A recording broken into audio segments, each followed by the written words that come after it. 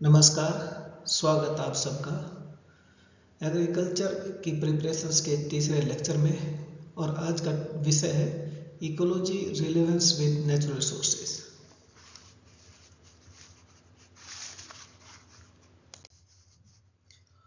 अब natural resources क्या होते हैं? नेचुरल रिसोर्सेज वो होते हैं जो हमें प्लेनेट से मिलते हैं, जिनसे हम अपनी लाइफ को सस्टेन करते हैं, अपने फिजियोलॉजिकल, इकोनॉमिकल जो कल्चरल नीड होती है उनको पूरा करते हैं। तो वो क्या कहलाते हैं? नेचुरल रिसोर्सेज, जिनसे हमारी भौतिक, सामाजिक और इकोनॉमिक आवश्यकताएं पूर्ति होती है। वो दो प्रकार के रिसोर्सेज हो सकते हैं, बायोटिक और एबायोटिक।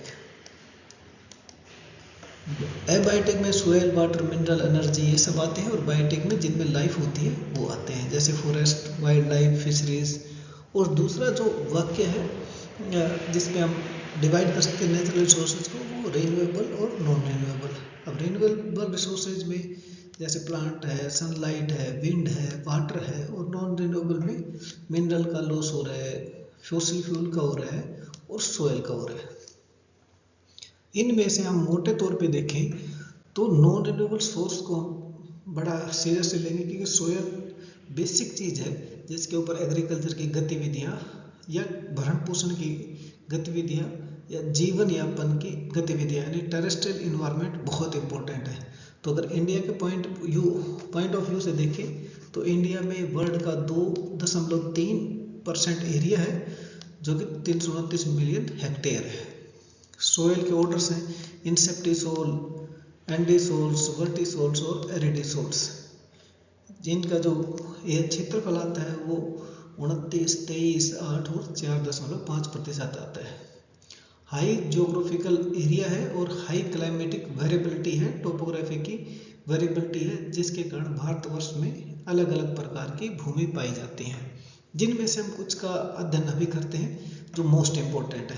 पहली एलुवियल सोयल। ये सोयल्स वो होते हैं जो सबसे एक्सटेंसिव होते हैं, जो सबसे उपजाऊ होते हैं, और ये जो नदियाँ बह के आती हैं वो अपने डिपॉजिट्स जहाँ डालती हैं, तो उस क्षेत्र को हम कौन से सोयल बोलते हैं? एलुवियल सोयल बोलते हैं। तो ये नई सोयल कहलाती हैं। ये फर्टाइल होती हैं क्योंकि बिल्कुल नई होती है, तो इनके ऊपर किसी प्रकार के वेजिटेशन का जो समय बीतता है वो कम है या बिल्कुल नई है। तो ऑर्गेनिक कार्बन और ह्यूमिक कंटेंट है और नाइट्रोजन कंटेंट है वो ऐसे सॉइल्स में कम रहता है। ये कहाँ मिलते हैं? इंडो गंगेटिक प्लेन्स में, हरियाणा, पंजाब, आसाम, जो डेल्टा है नर्मदा के, ताप्ती के, महानदी के, गोदावरी के और कावेरी वैलीज हैं, वहाँ ये एलुवियल सॉइल्स मिलती हैं। ये दो प्रकार की होती है, एक तो खादर, एक बंगड़। कई जगह और भी यूज करते हैं भाबर। तो इनमें दो इम्पोर्टेंट है जर्नली के पॉइंट ऑफ व्यू से। तो खादर वो होती हैं जो नई सोयल होती है, यानी नदियाँ जो पानी के साथ अपना जो सेडिमेंट्स लेके आती हैं वो डिपॉजिट कर देती हैं। तो जो डिपॉजिट किया वो अभी रिसेंटली डिपॉजिट किया वो खादर है, और जो जिनको बहुत समय हो गया ओल्ड सोयल हुई वो क्या कहलाती है? भंगर कहती हैं, क्योंकि इनके अंदर ऑर्गेनिक मैटर बढ़ जाता है, नाइट्रोजन फिक्सेशन बढ़ जाता है, बायोडाइवर्सिटी बढ़ जाती है। तो इन्हें क्ले सोयल भी और कंकरी सोयल्स भी कहते हैं। उसके बाद रेगुर सोयल, जिनको हम ब्लैक सोयल के नाम से भी जानते हैं। ये लावा से बनती हैं, डेक्कन प्लेटू में खासकर हमें मिलती हैं। इनके अंदर हाई मॉइस्चर रिटेंशन कैपेसिटी होती है, क्योंकि ब्लैक सोयल की एग्रीगेशन की क्षमता बहुत होती है और माइक्रोपोर्स की संख्या ज़्यादा होती है, इसलिए मॉइस्चर रिटेंशन वहाँ ज़्यादा होता है। एन और पी ये यहाँ कम मिलता है ऑर्गेनिक मैटर, इसलिए आपने देखा होगा कि जहाँ ये ब्लैक कॉटन सोयल्स हैं ये कॉटन कल्टीवेशन के लिए बहुत अच्छी है, और कॉटन में हमें लगभग 60 kg P2O5 हमें डालना पड़ता है, फास्फोरस डालना पड़ता है। तो ये कॉटन के लिए, सीरियल्स के लिए, ऑयल सीड के लिए, सीट्रस के लिए, टबैको के लिए बहुत सूटेबल है। लेकिन अगर हम देखें वो अगर हैवी रेनफॉल है ब्लैक सोयल्स में, तो वहाँ आगे जो टॉपिक आएगा क्रॉप डिस्ट्रीब्यूशन का, हम उसमें पढ़ेंगे कि अगर ब्लैक सोयल है और हाई मॉइस्चर होता है या हाई रेनफॉल एरिया होता है, तो वहाँ जो वाटर सेंसिटिव क्रॉप्स हैं वो वहाँ नहीं उगाई जा सकती। रेड सोयल, तो ये क्रिस्टलाइन रॉक से बनती है, उसको ग्रेनाइट भी हो सकती है और जेनेसिस भी हो सकती है। ये सोयल जो कि इनका लाल रंग है, तो आयरन और मैग्नीशियम इनमें ज़्यादा होता है और लो इन नाइट्रोजन, फास्फोरस और हुमस, जैसे कि हमारी कौन सी सॉइल थी, एलुवियल सॉइल्स भी होती हैं। ये रेड सॉइल हमें तमिलनाडु, कर्नाटका, आंध्र प्रदेश, महाराष्ट्र, छत्तीसगढ़, उड़ीसा और झारखंड में मिलती है। उसके बाद आती है लैटराइट सॉइल्स। लैटराइट सॉइल वहाँ मिलेंगी जहाँ पर लीचिंग ज़्यादा हो जाती है, न्यूट्रिएंट्स नीचे चले जाते हैं, तो जहाँ ज़्यादा मानसून होगा वहाँ ये सॉइल्स पाई जाती हैं। तो लीचिंग होगी तो ऊपर से क्या होगा, जो न्यूट्रिएंट्स है वो लीच डाउन कर जाएंगे। तो ये सॉइल्स भी जो हमारी रेड सॉइल्स होती हैं उनमें भी आयरन और मैग्नीज होता है, इसमें आयरन और एल्यूमिनियम होता है। Poor in nitrogen and other minerals, क्योंकि लीचिंग से नीचे चले जाते हैं वो। ये सॉइल्स जो लैटराइट है कहाँ मिलती है, ईस्टर्न वेस्टर्न घाट्स में, राजमहल है महाराष्ट्र में, कर्नाटका में, केरला में, बंगाल में, तमिलनाडु में। और ऐसे सोयल जहाँ पर आयरन की मात्रा और एलिमेंट की मात्रा ज़्यादा हो, यानी पीएच जहाँ कम हो, वहाँ पर किसकी खेती होती है, टी की, कॉफ़ी की, कोका की, राइस की, मिलेट्स की, यहाँ की खेती की जा सकती है। फिर है फॉरेस्ट और माउंटेन सोयल्स। ये सोयल्स जो फॉरेस्ट में होंगे, माउंटेन्स में होंगे, इसका मतलब वहाँ से जो ऑर्गेनिक कार्बन है वो ज़्यादा रहेगा, क्योंकि वहाँ डिस्टर्बेंस कम होती है, तो सोयल कम होंगी। कम का मतलब कि नीचे पत्थर होगा, ऊपर मिट्टी थोड़ी होगी। ह्यूमिक कंटेंट वहाँ बहुत रिच होगा, क्योंकि पेड़ होंगे। लो इन फास्फोरस और लाइम, फाउंड इन हिमालय और पेनिनसुलर माउंटेन्स जो होते हैं उन पर मिलती है। तो फ्रूट्स और प्लांटेशन क्रॉप्स के लिए ये सबसे बेहतरीन सोयल होती है। एरिड और डेजर्ट सोयल, जहाँ पर रेनफॉल 500 mm से कम होता है या 50 सेंटीमीटर कह लूँ, तो सैंडी सोयल और सैलाइन सोयल यहाँ ज़्यादा मिलती है। तो ये हरियाणा में, पंजाब में, राजस्थान में, ये यहाँ एरिड और डेजर्ट सोयल मिलती है। हाई इन फास्फोरस बस लो इन नाइट्रोजन, क्योंकि नाइट्रोजन का वोलेटाइल लॉस हो जाता है, गर्मी ज़्यादा पड़ती है या फिर बारिश ज़्यादा होती है एक थोड़े समय में, तो लीचिंग डाउन हो जाती है। फिर सैलाइन और एल्कलाइन सोयल, जहाँ पर साल्ट की कंसंट्रेशन ज़्यादा होती है, ऐसी जगह जर्नल कल्टीवेशन के लिए फिट नहीं रहती। और ये भूमि है बिहार, पंजाब, राजस्थान में, महाराष्ट्र में पाई जाती है। पीट और मार्सी सोयल्स, जहाँ पर पानी की अधिकता होती है, मार्सी सोयल्स होती हैं। तो हाई ऑर्गेनिक मैटर होता है इनमें 10 से 40%। जो पीट सोयल्स होती हैं वो कोट्टायम और अल्प्लाजम मिलती हैं, और मार्सी होती है वो नॉर्थन बिहार, उड़ीसा कोस्ट और वेस्ट बंगाल, यूपी में हमें मिलती है।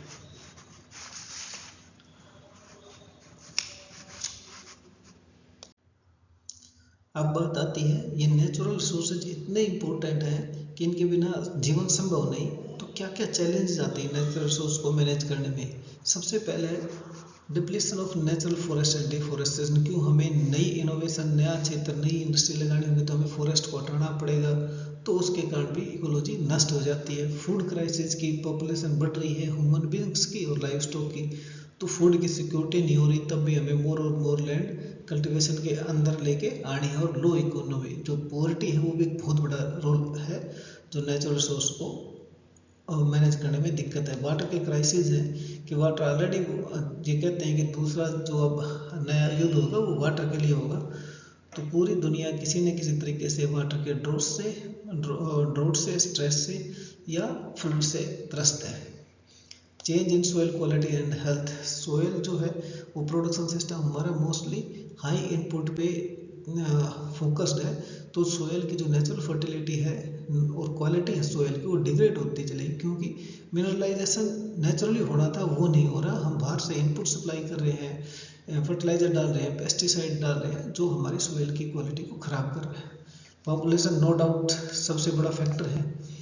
Consumptive lifestyle and unsustainable utilisation of resources की जो सोशल डिफरेंस है, तो उसके अंदर जो कंजम्पटिव लाइफस्टाइल है वो भी ज़्यादा है, वेस्टेज ज़्यादा हो रही है, प्रोसेसिंग नहीं है, प्रोडक्शन सिस्टम ख़राब है, स्टोरेज की फैसिलिटीज़ नहीं है, क्लाइमेटिक स्ट्रेस आती है, फ्लड आती है, ड्रोट आती है, और हाई टेम्परेचर आता है, जिसके कारण भी जो नेचुरल रिसोर्सेज है उनका मैनेज करना बड़ा मुश्किल है। पोल्यूशन है, एयर का, वाटर का, सॉइल का, सब पोल्यूटेड है। तो ये बहुत बड़े चैलेंज हैं जो हमारे नेचुरल रिसोर्सेज, चाहे वो हमारे रिन्यूएबल हो या नॉन रिन्यूएबल, दोनों को मैनेज करने में बड़ी दिक्कत क्रिएट करते हैं। अब बात करते हैं इन्वायरमेंट की सस्टेनेबिलिटी को और जो नेचुरल रिसोर्स हैं उनको कैसे मैनेज किया जा सकता है। तो हमें क्या करना है, 5R पे कंसंट्रेट करना है। जब आप नेचुरल रिसोर्स मैनेजमेंट पे क्वेश्चन लिखोगे तो उसका आंसर में इससे बड़ी आंसर नहीं हो सकता कि 5R है इसके, रिफ्यूज, रिड्यूस, रीयूज, रीपर्पज और रिसाइकिल। तो रिफ्यूज का मतलब ये है जो एनवायरनमेंट को डिग्रेड करते हो, जैसे प्लास्टिक है, टॉक्सिक सब्सटेंसेज हैं, एग्रीकल्चर में हाईली इंटेंसिव ट्रांसप्लांटिंग राइस है, लाइफ स्टॉक के वेस्ट का मैनेजमेंट है, जिससे बहुत ज़्यादा इन्वायरमेंट डिग्रेड होता है। उन चीज़ों को हमें नो करना है ताकि हमें वो यूज ही नहीं करनी, या उनको सस्टेनेबल तरीके से जुडिशियस मैनेजमेंट को यूज करना है। दूसरे रिड्यूस, यानी हमें अपने जो आवश्यकताएं हैं उनको सीमित करना है, जैसे इलेक्ट्रिसिटी की सेविंग कर सकते हैं, खाने की वेस्टेज की सेविंग कर सकते हैं, जो नेचुरल रिसोर्स में वाटर की लीकेज बहुत है उसको रोक सकते हैं, और जो हमारा फूड है वो लगभग 25 से 30% हमारा फूड वेस्ट जाता है, तो हम उसको वेस्टेज को रोक सकते हैं। रीयूज, हमें ऐसे पदार्थों का यूज करना है, ऐसे नेचुरल सोर्सेज का यूज करना है कि उसको दोबारा से प्राप्त किया जा सके, जैसे wind energy, solar energy, water energy. उसके अंदर भी वाटर की एनर्जी में भी वाटर का कंजर्वेशन, चाहे वाटर सेट से हो, माइक्रो कैचमेंट से हो, कैचमेंट एरिया से हो, हर तरीके से हमें उसका रीयूज करना है। अगर प्लास्टिक की बोतल बहुत मैंडेटरी हो तो उनको लगाओ जो सिंगल यूज ना हो, और जो हमारे घर के आइटम है वो हम प्लास्टिक की बोतल के बजाय दूसरे जो मेटल या ग्लास के हैं या जो मिट्टी के बर्तन हैं उनमें स्टोरेज करें। रीपर्पज, हमें ऐसी चीज़ों का प्रयोग करना चाहिए कि उसका एक भी पर्पज हो, उससे दूसरे पर्पज में उसको यूज किया जा सके। जैसे कोई क्रोकरी है, कप्स हैं, बोटल्स हैं, उनको फेंकने के बजाय उनके अंदर प्लांटिंग कर ले, फीडिंग के वेसल्स बना दें, तो ऐसे हम उसको रीपर्पज में यूज कर सकते हैं। और रिसाइकिल, यानी प्लास्टिक, पेपर, ग्लास जो रिसाइकिल हो सकते हैं हमें उन्हीं को तो यूज़ करना है, उन्हीं से रीपर्पज भी सोल्व करना है, और उनको हमें दोबारा से रिसाइकिल करना है ताकि उनकी से जो हमारा इन्वायरमेंट डिग्रेड हो रहा है वो ना हो। तो मोनोकल्चर से क्या होगा, बायोडाइवर्सिटी रिड्यूस होगी। बायोडाइवर्सिटी रिड्यूस हुई तो इसका मतलब न्यूट्रेंट की रिसाइकलिंग है वो कम हो जाएगी, तो जो जितनी हमारी वेराइड लोकल नीड्स हैं वो पूरी नहीं हो सकती। तो और जो इंडस्ट्रियल स्टेक होल्डर्स हैं उनको भी एक कोशिश करनी चाहिए कि उनका जो प्रायोरिटी वो रॉ मटेरियल की सप्लाई पे नहीं बल्कि सस्टेनेबिलिटी पे होनी चाहिए उस इकोसिस्टम की। और वो कई बार क्या करते हैं, लॉन्ग टर्म रिस्पॉन्सिबिलिटी नहीं लेते और फॉरेस्ट का एक्सप्लॉयटेशन करते हैं, तो उनकी भी एक नैतिक जिम्मेवारी है और उसको भी हम मैनेज करके नेचुरल रिसोर्स का कंजर्वेशन कर सकते हैं, फॉरेस्ट लाइफ का। उसके बाद है कंजर्वेशन ऑफ वाइल्ड लाइफ और वाइल्ड लाइफ एंथुसियास्टिक। तो हमें हमारा मेन पर्पज़ क्या होगा कि वहाँ बायोडाइवर्सिटी मेंटेन है, तो हम प्रोटेक्ट करना पड़ेगा फॉरेस्ट का, वाइल्ड लाइफ का, जैसी नेचुरल फॉर्म में है वैसे उनको रखा जाए, और जो ओवरऑल बायोडाइवर्सिटी उसको कंजर्व किया जाए। इसका एक बेहतरीन एग्जांपल है, जैसे बिश्नोई समाज है, वो ट्रेडिशनल जो लाइफ स्टॉक है, बायोडाइवर्सिटी है, वाइल्ड लाइफ है, फॉरेस्ट है, उसकी प्रोडक्शन पे काम करता है। तो उनका ध्येय है ये कि इनको कंजर्व किया जा सके, ऐसा करके भी हम वाइल्ड लाइफ को बचा सकते हैं, फॉरेस्ट के रिसोर्सेज को बचा सकते हैं। और जो हमारा तीसरा तरीका है वो है कम्युनिटी बेस्ड कंजर्वेशन मूवमेंट। तो जो हमारा फॉरेस्ट से रिलेटेड जो प्रोग्राम है उसको हम कंजर्वेशन का, उसमें हम बहुत से मूवमेंट्स की हेल्प ले सकते हैं। जैसे कम्युनिटी बेस्ड जो कंजर्वेशन प्रोग्राम है इसमें बिश्नोई का एग्जाम्पल हमने जस्ट थोड़ी देर पहले भी लिया। उसके बाद चिपको मूवमेंट है, ऑर्गेनाइटेड इन रेनी विलेज ऑफ गढ़वाल इन 1970, और गवर्नमेंट का भी एक इसमें इनिशिएटिव लिया कि उन्होंने एक अवार्ड दिया, Amrita Devi Bishnoi national award for wildlife conservation.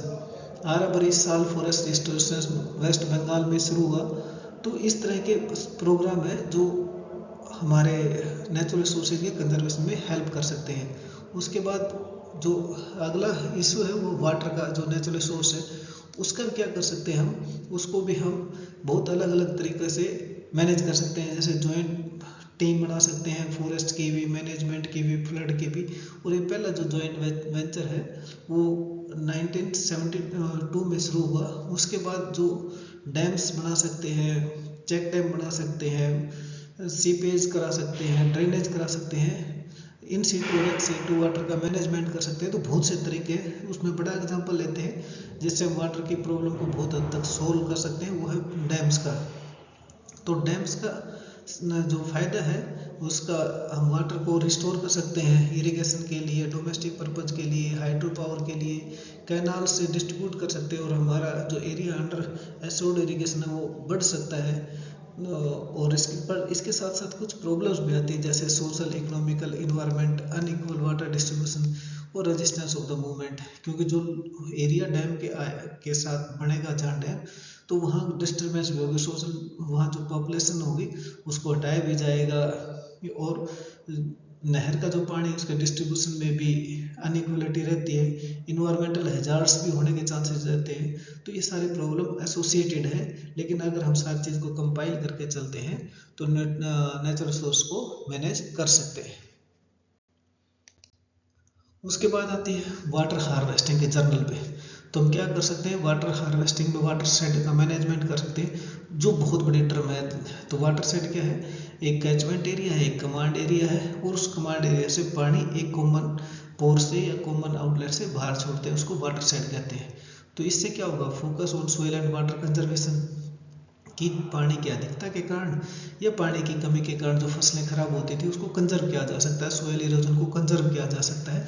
ये वाटर हार्वेस्टिंग का बड़ा फायदा है। तो इंक्रीज बायोमास होगा, फ्लड का और ड्रोट का मिटिगेशन होगा, और extend life of the reservoir, कि वाटर हार्वेस्टिंग करेंगे तो सिल्टेशन के चांसेस कम होंगे। तो ट्रेडिशनल बेस्ड सिस्टम है जिसके अंदर हम वाटर की हार्वेस्टिंग करते हैं। तो इसमें रीजन स्पेसिफिक में एग्जांपल है, राजस्थान में खादिन्स, टैंक, नेडीज, महाराष्ट्र में बंदरास, टाल्स, एमपी यूपी में बूंदीज, बिहार में आहार्स, पानियार्स, हिमाचल में कुल्स, तमिलनाडु में इरीज, केरला में सुरंगम्स, और कर्नाटका में कटास। जिसमें क्या करते हैं, वो अपने रीजनल छोटे जगह पे जहाँ रीजन है उसके हिसाब से अलग अलग वाटर हार्वेस्टिंग स्ट्रक्चर्स बनाते हैं और वाटर को स्टोर करते हैं। जब बारिश ज़्यादा होती है मेनली साउथ वेस्ट मानसून में, और उसको स्टोर करके रखते हैं, और जब ज़रूरत होती है तब उसको निकालते हैं। तो इसका फ़ायदा क्या होता है, जो रीजन स्पेसिफिक वाटर हार्वेस्टिंग हो या बड़े लेवल पे वाटर हार्वेस्टिंग हो, जिसको वाटर शेड मैनेजमेंट में आती है, तो ग्राउंड वाटर रिचार्ज होता है, इवोपरेशन का लॉस कम होता है, वाटर की क्वालिटी बढ़ती है, ये सिंपल रहता है, कॉस्ट इफेक्टिव रहता है, और इकोलॉजी लोकली भी इसको मैनेज किया जा सकता है। और दूसरा जो नेचुरल रिसोर्स है जो हमारा, जिसके ऊपर बहुत ज़्यादा आज के दिन फोकस है, वो है कोल और पेट्रोलियम पर। जो हमारे पेट्रोलियम पदार्थों से बनते हैं, तो हमें एक तो ये नेचर से बनते हैं, इनको बनने में हज़ारों साल लग जाते हैं, करोड़ों साल लगते हैं। तो अब एक बार यूज़ हो गया तो दोबारा यूज़ नहीं हो सकता, तो हमें नए रिन्यूएबल सोर्सेज पर जाना चाहिए, क्योंकि हमारे पास रिजर्व लिमिटेड है। तो ये मान के चले कोयला है वो 150 से 200 साल, और पेट्रोलियम के पदार्थ जैसे डीजल और पेट्रोल है, ये 20 से 30 साल के हमारे पास लास्ट रह गए हैं। इन्वायरमेंटल इशू है, जैसे बर्निंग के इशू है, रेजिड्यू बर्निंग है, को फैक्ट्रियों से बर्निंग है, व्हीकल से बर्निंग है, जिसके कारण इन्वायरमेंट में carbon dioxide, nitrous oxide, sulphur dioxide, carbon monoxide, pollutant, और जिसके कारण की ग्लोबल वार्मिंग हो रही है। अब जो इसके लिए हम क्या कर सकते हैं, लार्ज बड़े बड़े कार्बन रिजर्वायर बना सकते हैं। इसका मतलब क्या है कि हम बहुत ज़्यादा प्लांटेशन का एरिया बढ़ा सकते हैं। तो प्लांट्स क्या करेंगे, नेचुरली कार्बन डाइऑक्साइड को हार्वेस्ट करेंगे, और हमारे लिए वो एक तो क्लीन ऑक्सीजन देंगे, टॉक्सिसिटी कम होगी, ग्लोबल वार्मिंग कम होगी, और जो वेपर्स हैं या टेम्परेचर है वो कम होगा, और बारिश के चांसेस ज़्यादा बढ़ेंगे। तो इस प्रकार के इन्वायरमेंटल इश्यूज को भी हम अपनी समझदारी से कोप अप। अब कुछ एडिशनल वेज भी हैं जो अलग अलग प्रकार के न्यूट्रेंट जो हमारे नेचुरल रिसोर्स हैं उसको मैनेज करने में हेल्प करते हैं। जैसे इंटीग्रेटेड जो नेचुरल रिसोर्स मैनेजमेंट है, चाहे सोइल का हो, बायोडाइवर्सिटी का हो, या वाटर का हो, तो हम क्या कर सकते हैं, वाटर को रिचार्ज कर सकते हैं, हार्वेस्टिंग कर सकते हैं, माइक्रो इरिगेशन कर सकते हैं जिसमें स्प्रिंकलर, मिनी स्प्रिंकलर, ड्रिप आते हैं, इन सीटू मॉइस्चर कंजर्वेशन कर सकते हैं, एक्स सीटू मॉइस्चर कंजर्वेशन कर सकते हैं, ग्राउंड वाटर रिचार्ज होगा जिससे, फिर बायोडाइवर्सिटी का कंजर्वेशन होगा अगर वाटर की अवेलेबिलिटी ज़्यादा है, ज़्यादा फ्लोरा फौना डेवलप होंगी, सॉइल को मैनेज करेंगे, डिग्रेड होने से बचाएंगे, उसके टोपोग्राफी के साथ ज़्यादा फिजिकल इंटरवेंशन नहीं करना और ज़्यादा इनपुट टॉक्सिक इनपुट नहीं डालना उसके अंदर, तो लैंड का मैनेजमेंट करेंगे जिसके कारण सोइल की कंजर्वेशन स्ट्रेटजीज अपनाएंगे जिसमें conservation agriculture, reduce tillage, zero tillage जैसी नई मॉडर्न टेक्नोलॉजीज हैं, टिलेज प्रैक्टिस उनको लेके आएंगे। तो ज़मीन के अंदर organic carbon, humic acid, micro organism बढ़ेंगे जिसके कारण सोइल का कार्बन स्टेबलाइज होगा और ज़्यादा बायोडाइवर्सिटी बढ़ेगी। ज़्यादा बायोडाइवर्सिटी बढ़ेगी तो ज़्यादा मिनरलाइजेशन होगा, ज़्यादा माइक्रोफ्लोरा फौना होगी, तो हमारी जो सोइल की क्वालिटी और क्वांटिटी प्रोड्यूस दोनों चीज़ बढ़ेंगी। और इसके अंदर सबसे बड़ा पीपल्स का पार्टिसिपेशन बहुत ज़रूरी है। तो पीपल पार्टिसिपेट नहीं करेंगे इस पूरे प्रोसेस में तो इंटीग्रेटेड रूप से हम न्यूट्रिएंट का मैनेज नहीं कर सकते। और कुछ तरीके और भी हैं, जैसे हमारे पास जो नेचुरल रिसोर्स है उसकी हमें मॉनिटरिंग करनी पड़ेगी ताकि उसका सस्टेनेबल यूज हो सके। उसके लिए हमें प्रोग्राम मैनेज करना पड़ेगा कि रेशनलाइज करनी पड़ेगी कौन सा न्यूट्रिएंट जो है वो रिसोर्स कब और कितना यूज करना है। दूसरा, ऐसी पॉलिसीज बनाई जाएंगी कि उनकी सस्टेनेबिलिटी को मेंटेन करने में हेल्प करें। अगर हम उसको यूज़ करते हैं तो क्या प्रॉब्लम आएगी और अल्टरनेटिव है तो उसको आइडेंटिफाई करना है और उसकी प्रचार प्रसार करना है ताकि लोग उसको अपने सोशली अडेप्ट करें। मॉनिटरिंग उसका इफेक्ट भी देखना है कि क्या कहीं उस नेचुरल रिसोर्स के ऊपर हम ज़्यादा बार्गेनिंग करें या ज़्यादा स्ट्रेस दें या कुछ ज़्यादा पॉलिसीज हार्ड कर दें तो क्या उनके जो लोग रह रहे हैं तो उनकी आजीविका पर ज़्यादा फर्क तो नहीं पड़ रहा, या अल्टरनेटिव हम दे रहे हैं वो कितना कॉस्टली और कितना टाइम कंज्यूमिंग है या कितने लंबे समय तक वो चल सकता है। ये सारी चीज़ें पॉलिसी मेकर को देखनी है। और अर्ली वार्निंग और इंटरवेंशन, तो जो शॉर्ट टर्म रिडक्शन है नेचुरल रिसोर्सेज का बेस का, उसकी वार्निंग हमें ध्यान रखनी है कि हमें उस कंडीशन में नहीं जाना कि जब नेचुरल रिसोर्स खत्म होने पे आए तब हम काम करें। तो जो अल्टरनेटिव रिसोर्सेज हैं, रिन्यूएबल रिसोर्सेज हैं, उन पे हमें फोकस करना चाहिए।